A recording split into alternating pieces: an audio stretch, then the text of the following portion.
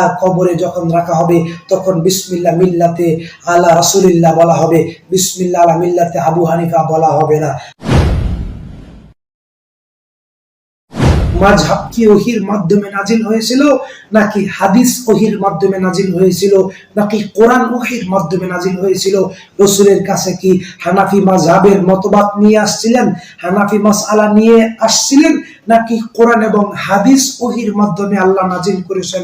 আলাইকুম ওয়া রাহমাতুল্লাহি ওয়া বারাকাতুহু। ইন্নাল হামদুলিল্লাহ ওয়াস সালাতু ওয়াস সালামু আলা আশরাফিল আম্বিয়াই ওয়াল মুরসালিন ওয়া আলা আলিহি ওয়া আসহাবিহি أجمعين أما بعد أعوذ بالله من الشيطان الرجيم بسم الله الرحمن الرحيم قل إن كنتم تحبون الله فاتبعوني يحببكم الله يغفر لكم ذنوبكم والله غفور رحيم وعن أبي هريرة رضي الله عنه قال قال رسول الله صلى الله عليه وسلم كل أمتي يدخلون الجنة إلا من آبى قيل ومن آبى قال من أطاعني فدخل الجنة ومن عصاني فقد أبى رواه البخاري। দূরে দেশের বাহিরে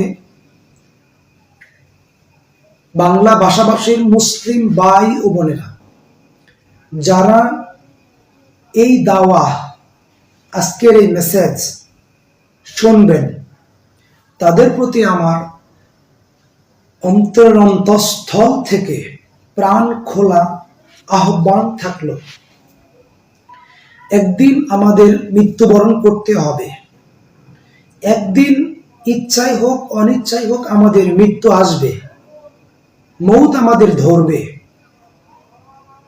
কিভাবে আমল করলে আমরা জান্নাতে যেতে পারবো, এটা আমাদের জানা উচিত, বোঝা উচিত, যাচাই বাছাই করে আমল করা উচিত। কারণ ওমাই ইয়াবতাগি গায়রাল ইসলামি দীনান ফালাই ইউকবালা মিনহু ওয়া হুয়া ফিল আখিরাতি মিনাল খাসিরিন। সূরা আল ইমরান 85 নম্বর আয়াত। কোরআন হাদিসে নাই যে আমল, সে আমল যদি কেউ করে সেটা আল্লাহর কাছে গ্রহণীয় হবে না, সে হবে পরকালে ক্ষতিগ্রস্তদের অন্তর্ভুক্ত। কে?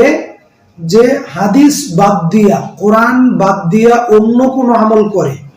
এবার প্রশ্ন হলো, যারা মুসলমান নামাজ, রোজা, হজ, যাকাত, দান, ইবাদত এগুলো আমল করে, তারা কি কোরআন হাদিস বাদ দিয়ে আমল করে?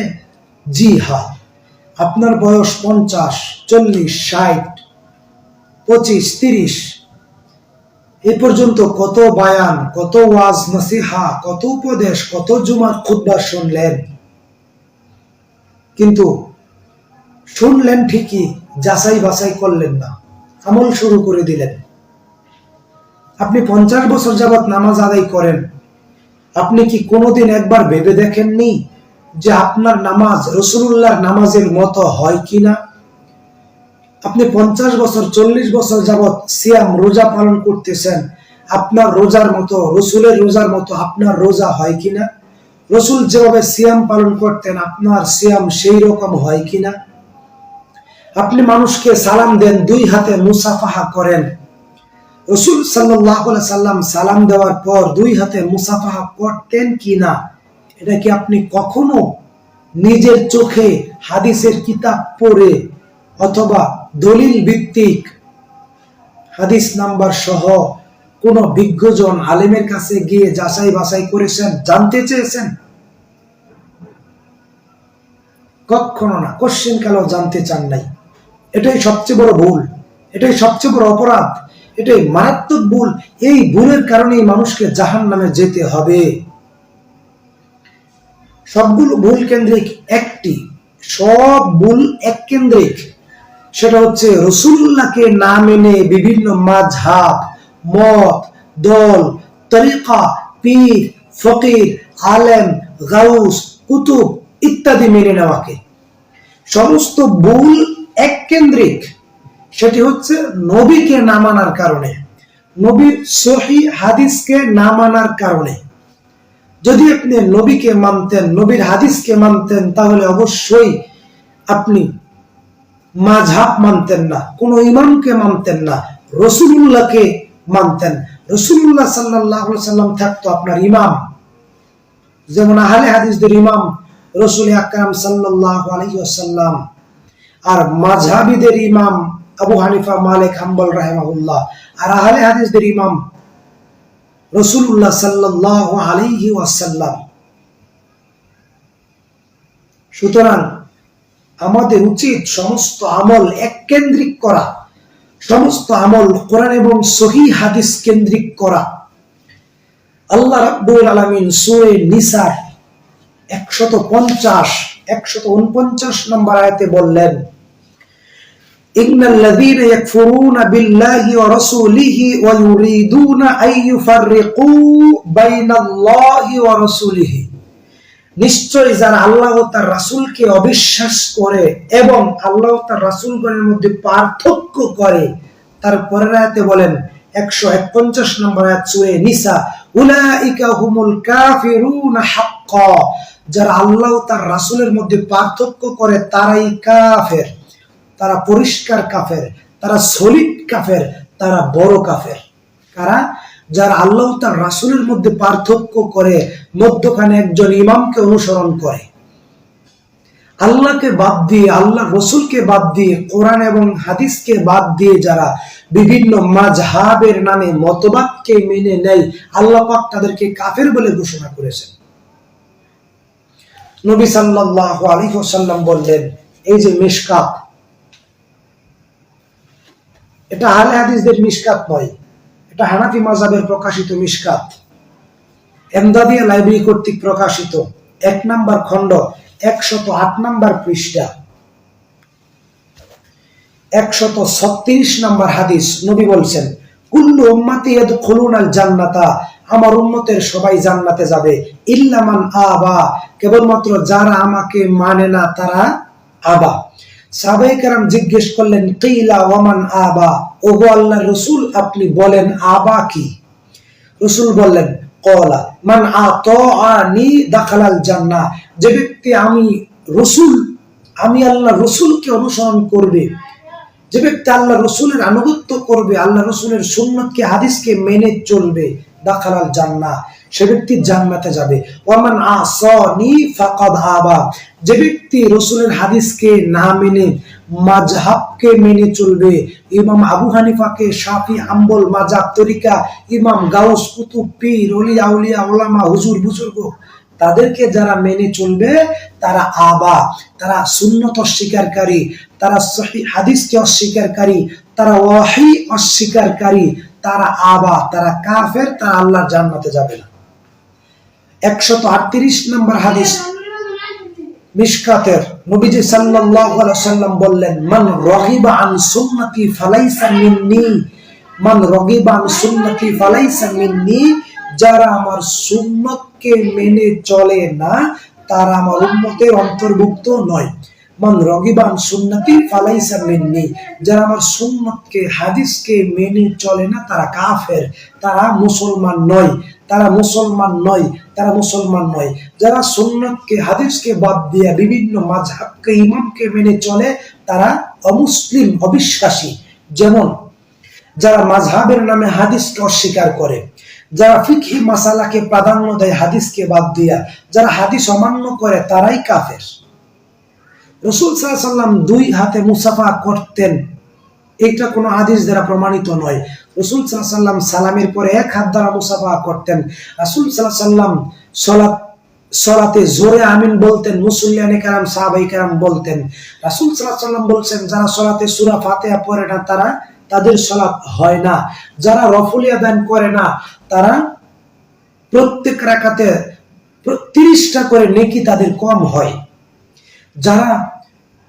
যারা বুকের উপরে হাত বাঁধে না, যারা রুকুতে যাওয়ার সময় আগে হাঁটু দেয়, হাত দেয় না, যারা সিজদা থেকে উঠার সময় হাঁটুতে ভর করে উঠে, মাটিতে হাত দ্বারা ভর করে উঠে না, যারা বিদআত করে, ফরজ সালাতের পরে যারা মুনাজাত করে, জানাজার সালাতের পরে যারা মুনাজাত করে, বিবাহ শাদীর বৈঠকের পরে যারা মুনাজাত করে, বিভিন্ন মাহফিল, ইসলামিক মাহফিল, ওয়াজ নসিহত এবং বিভিন্ন মজলিসের পরে যারা হাত তুলে দোয়া করে, মুনাজাত করে, তারা বিদআত করে।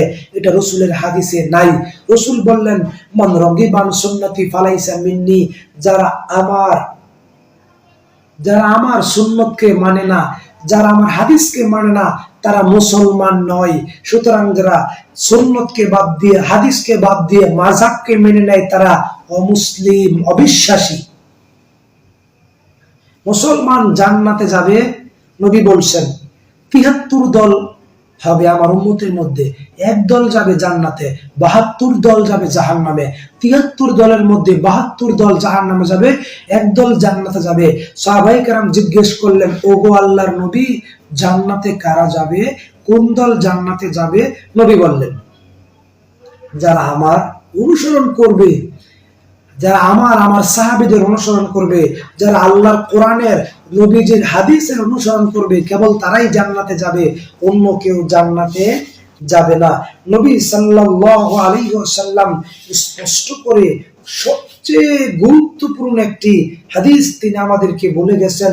ইয়াকুনু 147 নম্বর হাদিস মিশকাতের, ইয়াকুনু ফি আখিরিজ জামান দাজ্জালুনা কাজ্জাবুনা ইয়াতুনাকুম মিনাল আহাদিস বিমা লাম তাসমাউ আনতুম ওয়ালা আবাউকুম ফাইয়াকুম ওয়া ইয়াহুম লা ইউদিল্লুনাকুম ওয়ালা ইফতিনুনাকুম।